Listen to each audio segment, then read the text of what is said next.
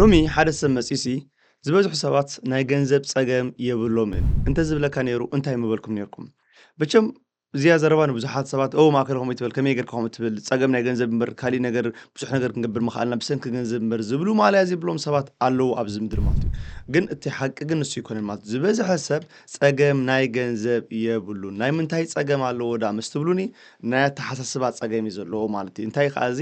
ንእሽተይ ስለ ዝሓስብ ንእሽተይ ይረክብ ድሕሪኡ እንታይ ይገብር ከመይ ጌርና ዓይ ዝኸውን ስለምንታይ ኣነ ዓብ ክረክብ ዘይክእል ስለምንታይ ዓይነት ዝደልዮ ናብራ ዘይነብር ስለምንታይ ዓብ ስራሕ ዘይረክብ ስለምንታይ ዓብይ ናብራ ዘይነብር ስለምንታይ ጽቡቕ ኣናብራ ክነብር ዘይክእል ዝብል ድማ ኣብ ጭንቀት መሊሱኻ በቲ ውፅኢት ይኣቱ ማለት እዩ ናይዚ መፍትሒኡ እንታይ እንትልኩምኒ ኣብ መንጎ ንእሽተይ ምሕሳብን ዓብ ምሕሳብን ዘሎ ነገራት እንድሕር ብግቡእ ተረዲእኻ እሞኻ ካብ ሎሚ መዓንቲ እንድሕር ዓብ ክትሓስብ ጀሚርካ ብርግፅ ካብ ሎሚ 5-10 ዓመት ሂወትካ ዲፍረንት ከም ዝኸውን ወላ ሓንቲ ዘጠራጥር ነገር የለን ማለት እዩ ምክንያቱ ዝመፀኻሉ ጎደና ክሳብ ሎሚ መዓንቲ ወይ ድማ ዝመፀኻሉ ኩሉ ኣናብራ ወይ ድማ ፍልስፍና ክሳብ እዚኣ ዘለካ ኣብፅሒካ ኣሎ ስለዚ ካብዚ ኒኖ ክትቅፅል እንድሕር ኮንካ ግን ሓድሽ ፍልስፍና ወይ ድማ ሓድሽ ኣተሓሳስባ ከተሰርፅ ክትክእል ኣለካ ማለት እዩ ሓደ ካብኡ እንታይ እዩ ከመይ ጌርካ ዓብይ ተሓስብ ዝብል ኢና ክንርኢ ብዚኣ ቪድዮ እዚኣ ማለት እዩ 8 ፖይንት ኣለዋ ናይ ብውልቂ እውን ብዙሕ ነገራት ዝሓገዛኒ ስለዝኾነ ንዓኹም ክሕግዛኹም እየን ማለት እዩ ቅድሚ ናብታ ቪድዮ መኻደይ ብዛዕባ ናይ ስቶክ ማርኬት ምዝ ሕጂ ዕዳጋ ዘሎ ምዝ ናይ ኢራን ወዲቓቶ ዘላ ኢራን ኣጋጢሙ ዘሎ ኩናት ምዝ ናይ ኣሜሪካ ናይ S&P 500 ኣብ ዝሓለፈ ሰሙና ጥራይ ልዕሊ 34% ዝጎደለ ትሪኢኹም ኣለኹም ብዙሓት ሰባት ሽርሸሩ ኣለኹም ማለት እዩ ግን እዚ ሽርሸር ነገር ኣይኮነን ብርግፅ እቲኦም ልዕሊ 4000 ፕላስ ዝተምሃሩ ምሳና ኣብ ናይ ሪኢንቨስቲንግ ተማሂሮም በቲ ግቡእ ዳይቨርሲፋይድ ዝኾነ ፖርቶፎሊዮ ስለዝሰርሑ ደጫና ነቐይብሎም ማለት እዩ ስለዚ ኣብዚ ከምዚ ነገር ኣድቫንቴጅ ክትወስዱ ትኽእሉ እንታይ ፍልጠትካ ኣብ ማዕቢልካ ኣብ ማርኬት ክትኣቱ ከለኻ ብዙሕ ነገር በቲ $100-200 ትኸፍላ ናይ ወፍሪ ትምህርቲ ኣብ ውሽጢ ሓፂር ግዜ ዕፅፍናቱ ከተምልሰሉ ትኽእሉ መገዲ እዩ ማለት እዩ ስለዚ እቶም ክትመሃሩ ትደልዩ ቀዳመይቲ ሊንክ ኣብ ዲስክሪፕሽን ኣላ ወይ ድማ ኣብ ኢንቨስትን ኣቲኹም ብዛዕባ ወፍሪ ብዛዕባ ፋይናንስ ሙሉእ ትምህርቲ ፍልጠትኩም ኣዕብየኹም ብቐጥታ ኣብዚ ዘሎ ዕዳጋ ክትሳተፉ ክሕግዘኩም እዩ ማለት እዩ so let's get to the video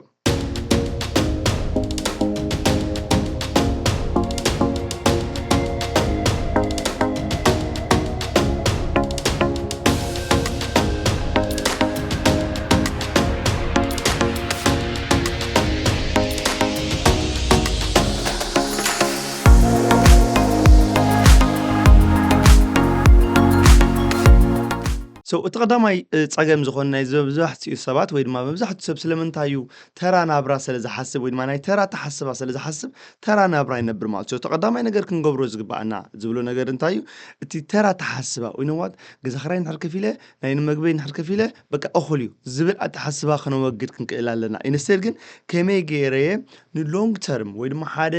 ንዓይ ጥራይ ዘይኮነስ ንደቀይ ክኸይድ ዝኽእል ጀነሬሽናል ክኸይድ ዝኽእል ገንዘብ ድዩ ጀነሬሽናል ክኸይድ ዝኽእል ኣተሓስባ ድዩ ጀነሬሽናል ክኸይድ ዝኽእል ፍልስፍና ድዩ ጀነሬሽናል ክኸይድ ዝኽእል መንፈሳዊ ተሓሳስባ ድዩ ኮታ ብዙሕ ዓይነት ነገራት ከነስርፆም ናብ ካልእ ወለዶናን ከምኡውን ክንፈጥሮም ንኽእል ኣብዚ ምድሪ ብዙሓት እዮም ዘሎ ማለት ገንዘብ ጥራይ ኣይኮነን ማለት እዩ ስለዚ ኣብ ክንዲ ሓፂር ናብራ ኣብ ክንዲ ተራ ናብራ ኣብ ክንዲ ከመይ ገይረ ንሎማ ዓንቲ ጥራይ ይነብር ዝብል ኣተሓስባ ከመይ ገይረስ በቃ ሓደ ቢልድ ገር ሃኒፀስ ንዓይ ጥራይ ዘይኮነስ ወለዶን ወለዶታት ክኸይድ ዝኽእል ነገራት ክፈጥር ኣለኒ ምስ ትብል ኣተሓስባኻ ክቕየር ክጅመር እዩ ማለት ነው ቀዳመይቲ stop thinking about survival ብዛዕባ ምንባር ጥራይ ዘይኮን ኣብዚ ምድሪ መቸም ነቢርና ገዛ ክራይ ከፊልና ኣስቤዛ ከፊልና ናይ ኢንሹራንስ ካምፓኒ ናይ ኢንሹራንስ ማኪና ከፊልና ክንከይድ ኣይኮነን ዕላማና ቢዮንድ ኣብዚ ምድሪ ዶሚኔት ክንገብሮ ዘለና ጊፍት ኣለና ማለት ነው ስለዚ ነዚ ክንረኽቦ እንድሕር ከይድና ግን ቀዳማይ ክመፅእ ዘለዎ ካብቲ ሰርቫይቫል ሙድ ዝበሃል ወይ ድማ ካብቲ ናይ ተራ ምንባር ኣተሓስባ ክንወፅእ ክንክእል ኣለና ማለት እዩ ወቁፅር ክልተ ዘላ እዚኣ ንብዙሓት ሰባት ትሕዞም እያ believe ወይ ድማ እምነት ናትካ ማለት እዩ እምነት ሓደ ካብቲ ዝዓበየ ኣብዚ ዓለም ዘለና ፀጋ እዩ ማለት እዩ so እምነት ግን እንድሕር ጌጋ እምነት ኣለካ ኮይኑ ጠቕላላ እውን ክጠፍእ ትኽእል ኢኻ ማለት እዩ ዝበዝሑ ሰባት እንታይ እዮም ዝብል ብዙሓት ሰባት ሪኢ ኣለኹ ናብ ካናዳ ክመፁ ከለዉ ክልተ ዓይነት ሰባት ኢኻ ትርኢ ማለት እዩ እቶም ሓደ ዓይነት ሰባት ቀልጢፎም በቃ ከመይ ገይሮም ተራ ናብራ ነቢሮም ከመይ ገይሮም ገዛ ክራዮም ከፍ ኢሎም ከመይ ገይሮም ስራሕ ይረኽቡ ጥራይ ዳምዳም ዝብሉ ሰባት ኣለዉ ማለት እዩ ገለ ሰባት ከ ኣለዉ ፎርናት ዚሮ ትምህርቲ ይኹን ቋንቋ ይኹን ገለ ይኹን ወላ ሓንቲ ዘይብሎም ካብ ዚሮ መፅኦም ግን ፋተርተርተርተር ኢሎም ድሕሪ 5 ዓመት እዚኦም ክልተም ሰባት እዚኦም ትሪኦም ኣብ ዝለዓለ ደረጃ በፅሑ ማለት እዩ እቶም ሓደ እቶም ተራ ናብራ ዝሓሰቡ ወይ ድማ እቶም ኢነዋት ገዛ ኸራይና እንድሕር ከፊልና ስራሕና እንድሕር ጀሚርና የኣኽለና ጉዳይና ይኮነን ካሊእ ዝብሉ ሰባት እቲ ዝተረፈ ግዜኦም ኣብ ካሊእ ግዜ ጥፍዎ ማለት እዩ ቢካዝ ክገብሩ ከም ዘይክእሉ ስለ ዝኣምኑ ማለት እዩ እቶም ሓደ ግን ኢነዋት ኣብዚ ካናዳ መፅእ ዘለኹ ብዙሕ ነገር ከፍሪ ይኽእል እየ ስለ ዝብሉ እምነቶም እዩ ዝኻ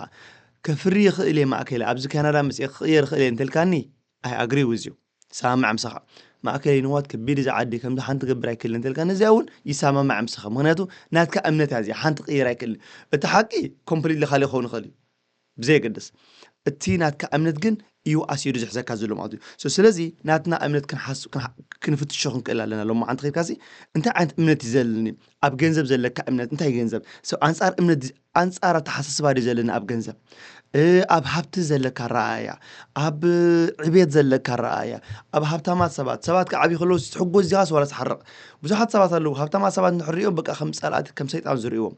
ሄይ ልስን ክትብትም ዘለካ ተኽእሎ ስኻ ትሕዚ ዚሮ እዩ ምክንያት ንምንታይ ኣንጻር እቲ ዕላማ ኢኻ ትኸይድ ዘለኻ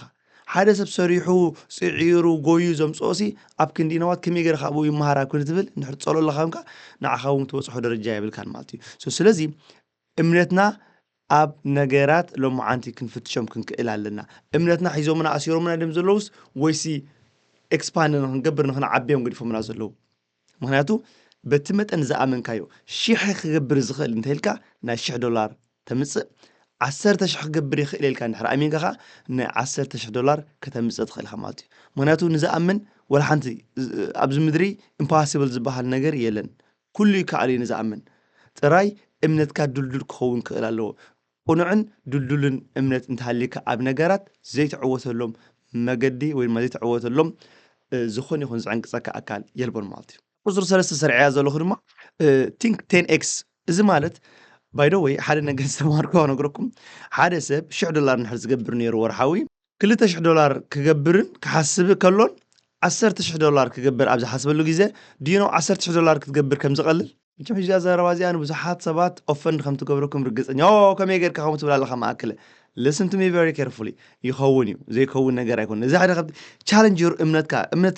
እዚ ሓደ ካብ ዝብለኩም ዘለኹ ምክንያቱ you have to challenge yourself ገዛ ርእስኻሲ ክትብድሃ ክትክእል ኣለካ እቲ እምነት ኣሚንካሉ ዘለኻ ምክንያቱ $2,000 ኣብ ተሓስበሉ ግዜ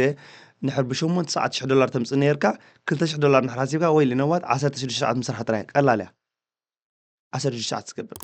እንድሕር $10,000 ንሕር ሓሲብካ ግን መን ክሕግዘኒ ይኽእል እንታይ ዓይነት ቲም ቢልድ ትገብር ኣለኒ ካብ መን ክረኽቦ ይኽእል እንታይ ዓይነት ስኪል ይሕሸኒ ዝብሉ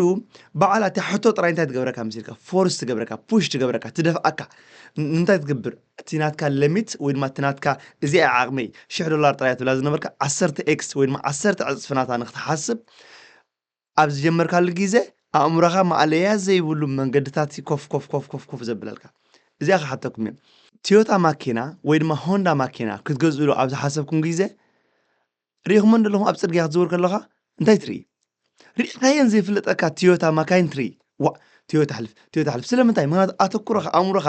ኣበያ ዘላ ቶዮታ ክገዝእ ቅድሚኡ እንታ ኮንካ ቶዮታ ኣይነበራን ናብቲ ምድሪ እንተልካኒ ወል ነይረን ግን ንስኻ ኣድውባኻ ኣበን ኣይነበረን ኣድውባኻ ቶዮታ ማኪና ወይ ድማ ሆንዳ ማኪና ክገዝእ ኣብ ዝበልካሉ ግዜ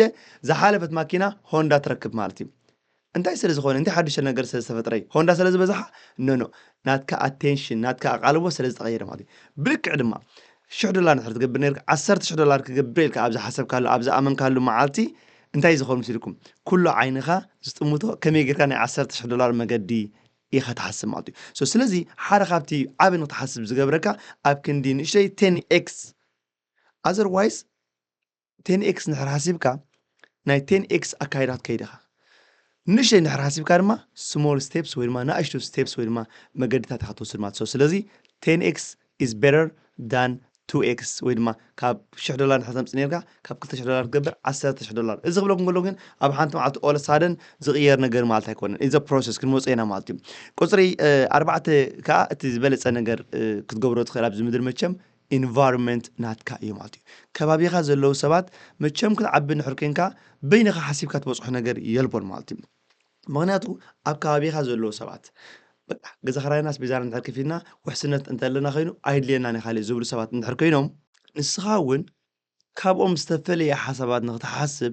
ክሽግረካን ከፀግመካን ክኸብደካን ይኽእል እዩ ስለዚ ኣብ ከባቢኻ ዘለዉ ሰባት كمي غير كلتا غزا يغز سلسته غزا يغز دموزينا ب4 عصف يديبو كمي غير تمرعي حراري يقبر كمي غير ناتي بزنس فطر كمي غير كلتي معبل كمي غير ستاندر ناتي حاف يبل زبلو سبات نحركينهم ويدو حنت نجر كنقولكم choose your enemy wisely بالمصحف نحرم بكم ماكنكم حنتي اباز فتو وانتاي صلاي خاسي بغبو ويدما صلاي خاسي بلوبنا فلويو ويدما فلوتو من صلاي خا بزحات سبات الله وجه حدا غيزه بوش تكبرهم مالتيسي هي لسن كالي نجر تكبر تخلي خاكو انتي تبلا لخا ازي what are you talking about انتي تزارب لخا كالي نجر تكبر تخلي كم زو تكبر تخلي خا ابز بالكالهم بوش ابز بالكالهم سبات دصلو خا سبات الله ክትፈልጦ ክትክእል ኣለካ ክልተ ዓይነት ሰባት እዮም ዘለዎም እቶም ሓደ ንናትካ ረብሓ ኢሎም ፑሽ ዝገብሩካ ሰባት ኣለዉ ኦ ኣይ ዶንት ላይክ ሂም ከምዚ ገይርኒ እዚ ከምዚ ገይርኒ ዓዮ በቃ ኣዋርድኒ ፑሽ ገይርኒ ገለ መልካ ንድሕር ፀሮ ኣለካ ኮንካ ዩ ቹዚንግ ደ ሮንግ ኤነሚ እዚ ኤነሚ ናትካ ኣይኮነን ሰባት ዝፀፍ ፑሽ ዝገብሩካ ንክትዓቢ ስለ ዝደልዩ ኢኻ ዳ እምበር ኩሉ ግዜ ክትወድቕ ስለ ዝደልዩ ኢኻ ኣይኮነን ማለት እዩ ስለዚ ሓደ ግዜ ኢንቫይሮንመንት ናትና ከባቢያዊ ናትና እንድሕር ዝደፍኡና ንክንዓቢ ቅዱስ ቅንዕ ዝበሃል ኣሎ ብትግርኛ ቅዱስ ቅንዕ ዘቕንኡና ነገራት ንድሕር ኮይኖም it's very good ማለት ተዘይኮይኑ ግን ንድሕሪት ክንከይድና ማለት እዩ ቁፅሪ 5 እዚኣን ብዙሓት ሰባት ብፍላይ ኣብ ኤርትራውያን ውጭ ሓደ ካብቲ ዓብየ ሕማም ኮይና ዘሎ ቪክቲም ማይንድ ሴት ሒዝና ዘሎ እዚኣ ቁፅሪ 5 ኣዝያ ሒዛትና ዘላ እንታይ እሱ ከዓ ኤክስኪውዝ ወይ ድማ መምኽንያታት ሓደ ግዜ ሓቂ እዮም ዝመስሉ ተመኽኒ እሞ ሓቂ ኮይኖም ስምዑኻ ዳሕራይ እንታይ ይኾን መስልኩም ብዙሕ መምኽንያታት ንድሕር ተብዝሕ ኮንካ ሓደ መዓልቲ እቲ መምኽንያታት ተሰኪምካ እዩ ዝኸይድ ድሕሪኡ ባስ ገዲፋትካ እንታይ ትብል ሽዑ መሰልካ ገለ ሰባት ሰሚዖም ኣለኹም ኣውቶቡስ ባስ ገዲፋቶም ደንጉዮም መፅኦም ሲ ባ ይነዋት ኢኻ ኣታ ዓበብያናስ ኣብ ጊዜት ስድራ ቤትናስ ኣይመሃሩናን ከመይ ጌርካ ኣብ ጊዜኻ ከም ትርከብ ሲ በቃ ብኸምኡ ከያ ደንጉየ ማኪና ሎም ባስ ገዲፋት ንኸይድ ኣብልኻ what the heck what are you talking about ባስ ገዲፋትካ ሲ there is nothing to do ምስ ኣታ ዓበብያኻ ገለ ምን ወዲ 4 ዓመት ኮንካ ሲ ብዛዕባ ኣታ ዓበብያኻ ንድሕር ተማሃር ኣለኻ ኮንካ well I don't know someone will call you foolish ሓደ ሰብ foolish ክብለካ ይኽእል ማለት እዩ ስለዚ ኣታዓባብያና ዶ ኣማፃፃና ዶ ከምዚ ዶ ካናዳ ዶ እዚ ዶ maybe at some point ሓቂ ክኸውን ይኽእል እዩ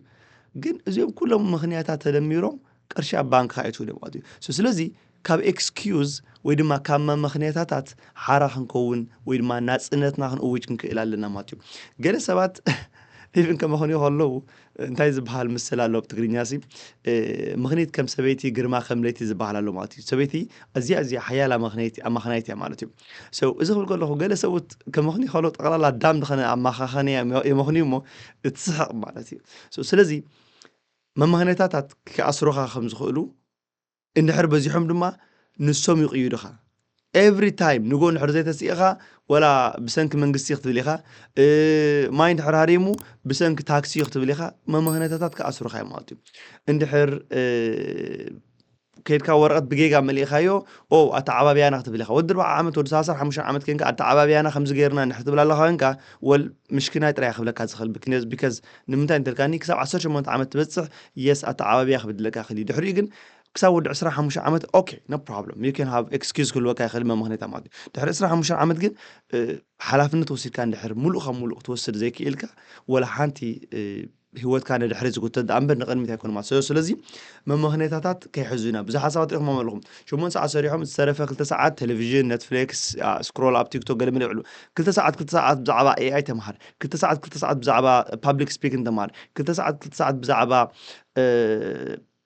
እንግሊሽ ከዓ ማዕብል 2 ሰዓት ብዛዕባ መጽሓፍ አንብብ ከምኡ ዝገብሩ ሰባት ኣለዉ ገለ ሰባት ድማ እቲ ዝተረፈ ድሕሪ 8 ሰዓት ድሕሪ ስራሕ ሙሉእ ምሸት ኣብ ቴሌቪዥን ኣብ ዓርክኺ ከምዚ ደው ኢለ ንኽሰደው ኢለ ዝብሉ ሰባት ከዓ ኣለዉ ማለት ስለዚ it depend እንድሕር if you are happy ሕጉስ እንድሕር ኮንካ በቲ ትኸዶ ዘለኻ no problem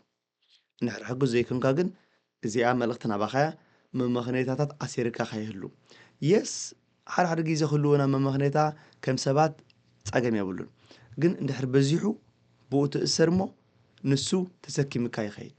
ቁፅሪ 6 ዘላ ድማ think long term let me challenge you ካብ ሎሚ 5 ዓመት እንታይ ፕላን ኣለካ እንታይ ክትበፅሕ ደለኻ ኣለኻ ዝበዝሑ ሰባት ዝሪኦም ገዛ ክትገዝእ መደብ ኣለካ እወለኒ መዓስ well I don't know እንታይ ሞ ፈሊጠልካ ናይኻ ከም ዝፈልጦ ዝዓዲ ገለ መለ who cares ናይ ዝዓዲ why don't you just set up you know what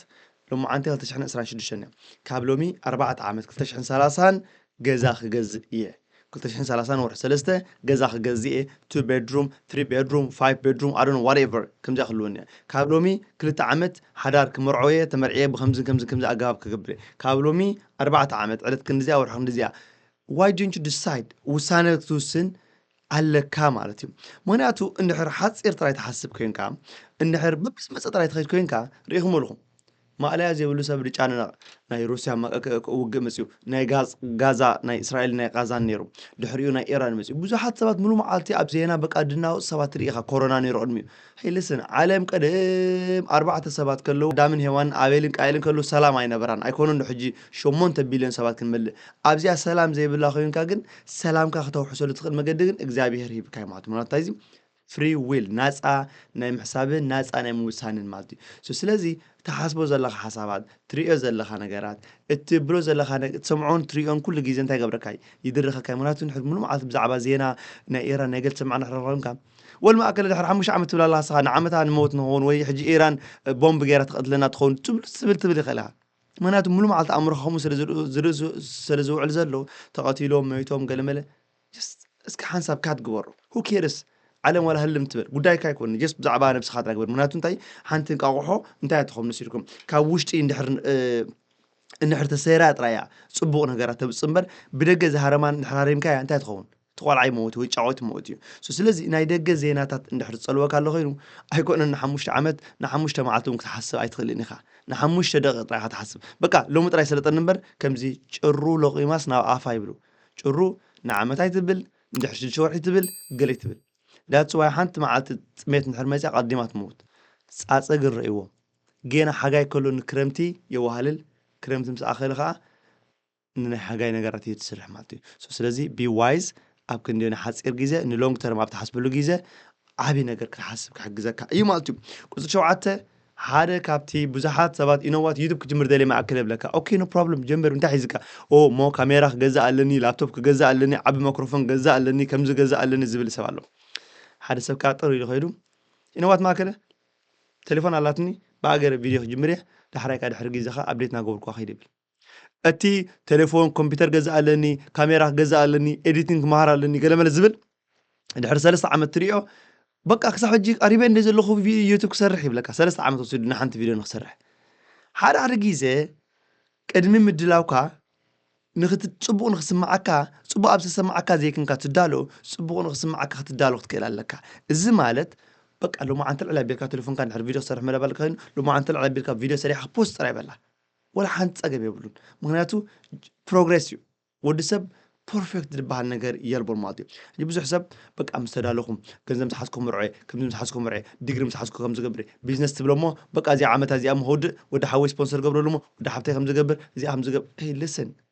ነገራት ኣይውድኡን እዮም ናይዚ ዓለም ሎማ ዓንቲ ዝግባኣካ ነገራት እንተዘይሰሪሕካ ፅባሕ ናይ ርእሳ ፀገማትን ናይ ርእሳ ብድሆታትን ናይ ርእሳ ነገራት ወይ ድማ ናይ ርእሳ ሓላፍነት ሒዝያ ትመፅእ ስለዚ ኣብ ሎማ ዓንቲ ጥራይ ክትሓስብ ክትክእል ኣለካ always act before you feel ready ቅድሚ ድሉ ምዃንካ ድስማዓካ just በቃ act ውስን ኣክሽን ውስን ኣክሽን ድሕሪ ዘይወሲድካ ትትደልዮ ዘለኻ ነገር ክትበፅሖ ኣይትኽእልን ኢኻ ማለት እዩ by the way so far value እንተረኺብኩምላ እዚኣ ቪድዮ ወይ ድማ ኣብዚ ቻነል ብሓፈሻ ንድሕር value ረኺብኩምሉ ፕሊዝ ሓንቲ ዳ ወሲድኩም ሳብስክራይብ ግበሩ ከምኡ ናብ ካልኦት ሰባት መታን ክበፅሕ ሸር ግበሩ ምክንያቱ እቲ መልእኽቲ ናብ ብዙሓት ሰባት መታን ክበፅሕ ማለት እዩ ንዓይ 1000 ሰባት ሰሚዕሞ 10,000 ሰሚዕሞ 20,000 ሰሚዕሞ መልእኽቲ ይኸይድ ስለ ዘሎ ዝበዝሕ ሰባት ድሰምዕዎ እቲ መልእኽቲ ናትና ናብ ብዙሓት ሰባት ይባፅሕ ማለት እዩ ቁፅሪ 8 ድማ by the way ክሳብ ሕጂ ኸ ኣየነቲ ካብዚአን ቁፅሪ ክሳብ 7 ርኢናየን ዘለና ኣየነቲን ሒዘናኻ ዘለዋ ሎንግ ተርም ወይ ድማ ቢግ ከይትሓስብ ዓብይ ሓሳባት ንኸይትሓስብ ዓንቂ ፀናኻ ዝፀንሓ ካብዚአን 7 ዝረኣናየን ሶፋር እስኪ ኣብ ኮመንት ጻሓፉ ላይ ክጽበየኩም ማለት እዩ ቁጥር 8 ድማ እዚኣ please listen to me very carefully ቁጥር 8 ትዛረቦ ንነብስኻ ትዛረቦም ቃላት ኣማዓራርዮም ወይ ድማ ኣማዕብሎም ኣይክእልኒ ኣይከውኒ ክላ ቋንቋ ንሕና ዳቤልና ኣታዕብያ እኮ በፅዕና እዩ ከምዚ ኮይና ከምዚ ኸይና በቃ ኣነ በቃ ዕድመዳ ኸይዳ እንድያ ክላ እዚ ዓድሞ ከም ዝፈልጦ እንዲ ክላ ቆልዑ ወሊድና እንድና ሙሕጂ እዚ ነገር እዚ ክቐትለካ እዩ بزيك العالم كقتلك هاي منات نمنتين تلكاني أمورنا بتمت أنزبلنا حنتنش يسرع لكم حدا جيزسي أبغى جزاس كلام كم زي بون كستخلنا قله عن بابا قال لي الحنج من جاي فتوني بون حركينا بقى بون ترايد ستي زي عاوز قررنا يقعد بون ناي بون حنج من جي عن بابا دو قال لي فروت قال لي أي قربني بقى بون حركينا تبون ترايد ستي حجي ኣብ ብዙሕ ግዜ ቡና ከምኡ እናሰተናኸልና ኣይደልኒ ኣይደልኒ ስለ ዝብሎም ኩሉ ግዜ ኣይደልኒ እየ ዝብሎም ሕጂ ቡን ጥራይ ሓደ መዓልቲ ደስ ኢልኒ ኣራንሺ ክበልዕ ኣእምሮይ እንታይ ኢሉ መሲልኩም እከለ ዋ ኣይትበልዕን ኢኻ እኮ ኣይትደልን ኢኻ እኮ ኣይደልን እንዳትብል ኩሉ ግዜ ወዲቶ እንታይ ትገብር ዘለኻ ብሕፍረትሲ በቃ ነፍሰይሲ በቃ ኣብ ውሽጢስ ኩናት ኮይኑ ሓደ ኣካለይ እንታይ ይብል በቃ ማእከል ውሰድ ደሊኻ እንዳ ዘለኻ ኣራንሺ ውሰድ ይብል እቲ ሓደ ከዓ ኦልሬዲ ንብዙሕ ግዜ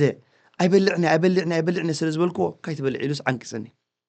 ድሕሪ ክንደይ ኣይ ሃድ ቱ ፎርስ ማይሰልፍ ፎርስ ግብር ኣቢለ እንታይ ገይረ ካብቲ ቁርሲ ቡን ዝነበረ ኣልዒለ ክበልዕ ኸኢለ ማለት እዩ ሕጂ እዚኣ ንእሽተይ ኤግዛምፕል እዩ ዝበኩም ዘለኹ ኢማጅን ኣብ ዓቢ ነገራት ኣብ ዓቢ ገንዘብ ምስራሕ ኣብ ዓቢ ስራሕ ምህላው ኣብ ዓቢ ኦፊስ ኮንካ ክትሰርሕ ዋይ ናት ዩ ዲዘርቭ እኮ ኣብ ዓቢ ኦፊስ ኮንካ ክትሰርሕ ዩ ዲዘርቭ እኮ ናትካ ካምፓኒ ክትውንን መን እዩ ክዕንቅፀካ ኣብዚ ምድሪ እኮ ኣብ ትሕቲ ሰባት ገለ መለ እናሰርሓ ክትነብር ንዘለኣለም ፅሑፍቶ ዝበሃል ዝሃበካ ሰብ የለን ፅሑፍትኻ ኦኬ ክሳብ ሎማዓንቲ ብዘየገድስ ኣበይ ኣለኻ ካብ ሎማዓንቲ ግን ንዝመፅእ ዘሎ 5-10 ዓመት ግን ፅሑፍትኻ ክትቅይሮ ትኽእል ኢኻ ማለት እዩ እምበር ኣይከውኒ ኣይክእልኒ this is too much ኣም ኣረጊት ገለ መለ ኣብ ክንዲ ትብል ይዕርዮ ኣብ ክንዲኡ እንታይ ትብል ንሰይካ ማእከለ ቅድሚ ሕጂ ኣፈቲና ይፍልጥኒ እንዲ ግን ኣይ ካን ትራይ ኢት ክፍትና እንታይ ትብል ነይራ ደ መሲልኩም ድሮ ሓሪዱ ዝተላመዶ ሰብ የለን ንዝኾነ ይኹን ናይዚ ዓለም ነገር ብፈተነ ደኣ እምበር በቃ ማስተር ከይኑ ዝተወለደ ሰብ የለን you know what let me try ክፍትናስ ክሃበኒ you know what ቅድሚ ሕጂ ኣይከኣልኳን ይኽእል እየ why not እንታይ ፀገማሉ ማእከል እዚኣ እንድሕር ኢኻንስ ክገብራ ይኽእል ሓንቲ ደቕ እንድሕር ኢኻኒ ወይ ኣበይ ከይደ ክረኽባ ይኽእል ብኸመይ ፍግረ ዳዕወት ክገብራ ይኽእል እምበር ኣይክእልኒ this is too hard እዚ ከምዚ እንድዩ እዚ ከቢድ እንድዩ ዝብል ኣተሓስባ እንድሕር ኣለካ ኮይኑ always ካብኡ ኣይትወፅን ኢኻ እዚ ቤት ማእሰርቲ ናትካ እዩ ምክንያቱ እንታይ ኢሎም ክመስልኩም ኣብ ዓለም እቲ ዝዓበየ ቤት ማእሰርቲ ፓላሶ ወይ ብኣዝዩ ተሪር ዝተሓፅረ ቤት ማእሰርቲ ይኮነን እቲ ዝዓበየ ቤት ማእሰርቲ ንኣእምሮኻ ትህቦ ሓሳባት እዩ እንታይ ኢኻ ትሓስብ ዘለኻ ኣይክእልኒ ኣይከውኒ ንድሕርካ ወላ ኣይከውኒ ሓቂኻ ኢኻ እንድሕር ይኽእሉ እየ ክዕሩ እየ እንተኢልካ ስለዚ ፅቡቕ ነገራት ንገዛእ ርእስኻ ምዝራብ ተላመድ ኣዘርዋይስ ኔጌቲቭ ኣሉታውያን ዘረባ ዓለም ትህበካ በዓል ኣለዎ ይኣኽለካ እዩ ክልእ ትኽእል ንኽስኽ እኮ ክልእ ስኽራ ከምዚ እንዲኺ ክልእ ስኽራ እንታይ ጠቋ ኣለካ ክልእ ስኽራ ናይ ቲክቶክ ንኽ ስለስኻ ከምዚ እንዲኻ ክልእ ትንበል ትብሉ ማእለያ ዘይብሎም ኣሉታውያን ነገራት ባዕሎም ክመፁ እዮም ከይፀዋዕኻዮም ኣብ ርእሲኡ ንስኻ ከዓ ንነብስኻ መዓልታዊ እንድሕር ከምኡ ጌርካ ተናሽዋ ኮይንካ እንድሕር ኣይትኽእልን ኢኻ ድርባ ኢኻ ከምዚ ኢኻ እንድሕር ትብላ ኣላ ኮይንካ ካሴካ እዩ ስለዚ ሎማዓንቲ ፖስት ግበር ኣቢልካ እንታይ ክገብር ይኽእል one step at a time ሓንቲ ንእሽተይ ከይዲ ኣብ ሎንግ ተርም እናኸድካ ኣብ ዝለዓለ ደረጃ ክትበፅሕ ትኽእል ኢኻ ማለት እዩ ስለዚ እዚአን እተን 8 ማለት እዩ ኩሉ ግዜ ዓቢ ምሕሳብ ማለት ዓቢ ምግባር ኣብ ውሽጢ ሓደ መዓልቲ ምግባር ኣይኮነን እንታይ ኢላ እንትልኩምኒ ናትካ ብሊቭ ናትካ እምነት ኣብ ዓበይቲ ነገራት ክገብር ከም ትኽእል ምእማን እቲ ናትካ ስታንደርድ ሬስ ምግባር you know what ይግባኣኒ እዩ ይምልከተኒ እዩ ዋይ ናት ዝብል ነገራት ዋይ ናት ሚ ኣነ ከንታይ ከነ ዘይክእሎ ዝብሉ ኣተሓስባ ከተሰርፅ መኽኣልን ከምኡ እውን taking bigger responsibility which ዓብ ሓላፍነት ክትወስድ ምኻል ማለት እዩ ዓብ ሓላፍነት እንድሕር ትወስድ ባይ ደ ወይ ዝበለፀ ፀጋ ክትባ ትኽእል ንነብስኻ ወይ ድማ ዝበለፀ ጊፍቲ ክትባ ትኽእል ንነብስኻ ሓላፍነታዊ ሰብ ምዃን እዩ ማለት እዩ ስለዚ እዚአን 8 እዚአን ፕሮባብሊ ንብዙሓት ሰባት ክጠቕማ ስለ ዝኽእላ ሸር ግብርዎ ኣብ ድሕሪ ፈቲኹመን ወይ ድማ ዝፈተኹማ ፖይንት ድማ ኣብ ኮመንት ፀሓፉለይ ንስኹም ፀናሕኹ ሓውኹም ኣክለ ስለቲ ኩሉ ግዜ ትገብሩለይ ደገፍን ምትብባዕን ወይ ድማ ነዚ ቻነል ንኽዓቢ ኩሉ ግዜ ብሰብስክራይብ ድዩ ሸር ብምግባር ድዩ ሓሳብኩም ብምግላፅ ሪኢኹም ባይ ደ ወይ ናይ ኩላኹም ኮመንት የንብቦ እየ ማለት እዩ ግዜ ብዝረኸብ ኩሉ ግዜ ሓደ ብሓደ የኸይደ ቴንክ ዩ ሶ ማች ኩላኹም ሓሳብኩም ትብኒ ብጣዕሚ የመስግን ኣብ ቀፃሊ ረኸበና ኣብ ካሊእ ቪድዮ ሰላም መዓልቲ ሰላም